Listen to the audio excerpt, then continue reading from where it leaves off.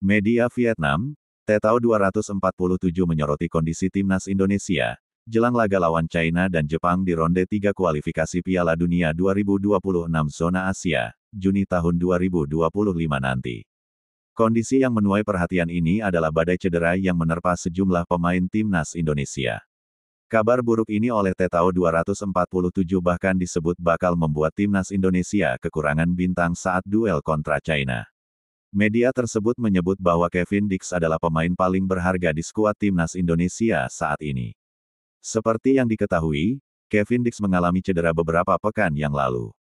Pemain kelahiran Apeldoorn diperkirakan bakal absen sampai akhir musim. Tim nasional Indonesia kemungkinan besar akan kekurangan bintang dalam kualifikasi Piala Dunia mendatang, tulis Tetao 247. Kabar buruk baru saja datang dari timnas Indonesia saat bek andalan Kevin Dix mengalami cedera serius dan terpaksa harus mengakhiri musim lebih awal.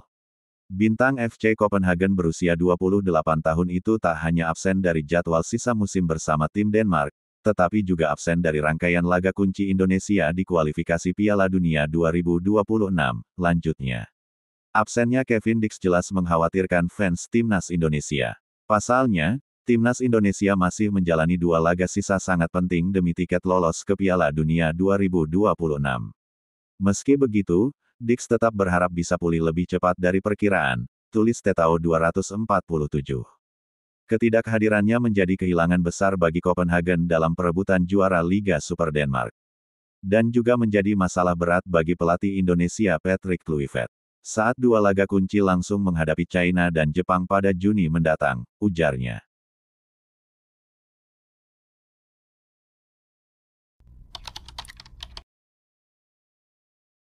Timnas Indonesia dijadwalkan menggelar Training Center TC, alias pemusatan latihan lebih awal menjelang 2 laga terakhir Grup C kualifikasi Piala Dunia 2026. TC yang digelar di Bali kemungkinan besar digelar di fasilitas latihan klub Liga 1 Bali United di pesisir Pantai Purnama, Gianyar. Timnas Indonesia dijadwalkan menghadapi 2 laga sisa melawan China di Stadion Utama Gelora Bung Karno, SUGBK, Jakarta pada tanggal 5 Juni dan Jepang di Suita Stadium, tanggal 10 Juni tahun 2025. TC berlangsung lebih awal, sebelum 2 laga kualifikasi. Tempatnya di Bali tanggal 26 Mei, kalau tidak salah, kata Ketua Umum PSSI Erick Thohir dilansir dari Antara. Menurut Erick Thohir, pemusatan latihan ini adalah upaya maksimal skuad Garuda untuk meraih perolehan poin terbaik dari laga melawan China dan Jepang. Hampir pasti seluruh pemain akan mengikuti training center lantaran hampir kompetisi sepak bola di seluruh dunia telah berakhir. 2 laga tersebut sangat penting untuk menentukan nasib timnas Indonesia, apakah melaju langsung ke Piala Dunia 2026 mendampingi Jepang atau sebaliknya. Timnas Indonesia masih berpeluang melaju ke Piala Dunia 2026 secara langsung asal menempati posisi runner-up. Jika meraih 2 kemenangan, dan di sisi lain Australia 13 poin, dan Arab Saudi 10 poin, meraih hasil negatif, Indonesia akan ke Piala Dunia. Kesempatan timnas Indonesia lolos ke Piala Dunia 2026 untuk saat ini terbuka lebar melalui putaran keempat karena mereka saat ini unggul 3 poin atas Bahrain dan China yang ada di posisi kelima dan keenam.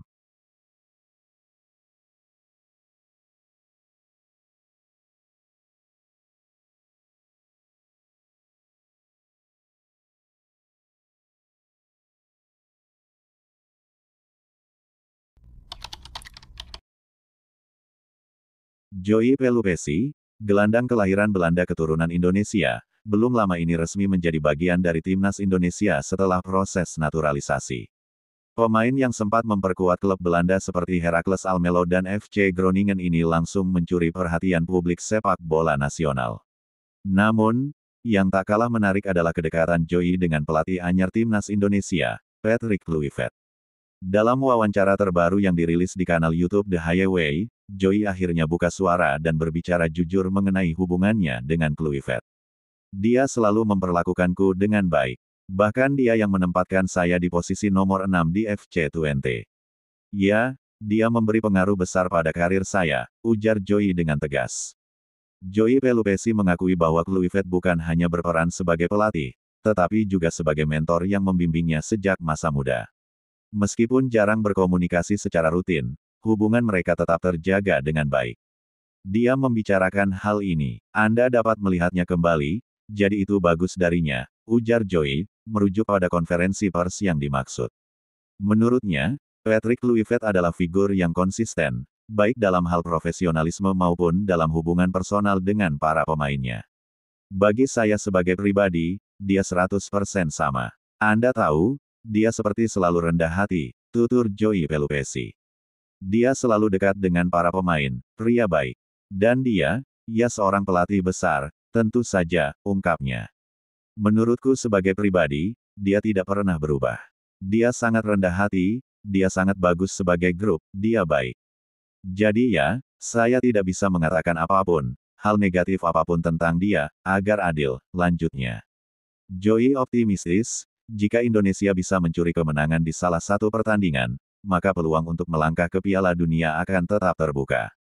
Main di kualifikasi Piala Dunia itu sangat luar biasa, kata Joey.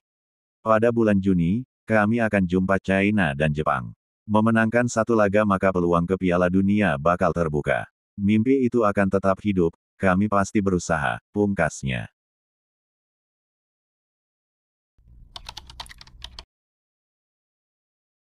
Jelang pertandingan penting Timnas Indonesia melawan China dalam lanjutan kualifikasi Piala Dunia 2026 Zona Asia, Persatuan Sepak Bola Seluruh Indonesia PSSI, berencana menggelar kongres tahunan pada awal Juni mendatang. Sekretaris Jenderal PSSI, Yunus Nusi, menyampaikan bahwa kongres akan berlangsung pada tanggal 4 Juni di Jakarta, disusul laga Timnas sehari setelahnya, dan perayaan Idul Adha pada tanggal 6 Juni. Lokasi kongres akan diinformasikan lebih lanjut. Peserta kongres masih sama seperti sebelumnya. Beberapa agenda akan dibahas, semuanya sifatnya normatif. Tidak ada yang luar biasa, ujar Yunus kepada awak media, Senin tanggal 29 April tahun 2025. Yunus mengungkapkan ada kemungkinan penyampaian perubahan dalam statuta organisasi, yang saat ini masih dalam tahap sosialisasi kepada anggota kongres. Ia menambahkan, salah satu potensi perubahan terkait dengan kewenangan Asosiasi Provinsi Asprof PSSI, serta upaya peningkatan kinerja Komite Eksekutif Exco PSSI. Ada beberapa hal yang menyangkut peningkatan kinerja Exco, termasuk perubahan anggota, khususnya terkait voters seiring adanya promosi dan degradasi, katanya. Menurut Yunus, revisi statuta tersebut bertujuan memperkuat peran Komite Eksekutif dalam menghadapi tantangan sepak bola nasional yang semakin berkembang. Ketua Umum PSSI Erick Thohir ingin agar Exco meningkatkan kinerja, menyesuaikan dengan tuntutan sepak bola Indonesia yang kini sudah lebih baik dibandingkan sebelumnya, tuturnya. Sebagai informasi, Kongres PSSI biasanya diikuti oleh 87 perwakilan, terdiri dari 34 Asprof, 18 klub Liga 1, 16 klub Liga 2, 16 klub Liga 3, serta 3 asosiasi, yakni Federasi Futsal Indonesia FFI, Asosiasi Sepak Bola Wanita Indonesia ASBWI, dan Asosiasi Pelatih Sepak Bola Seluruh Indonesia APSSI.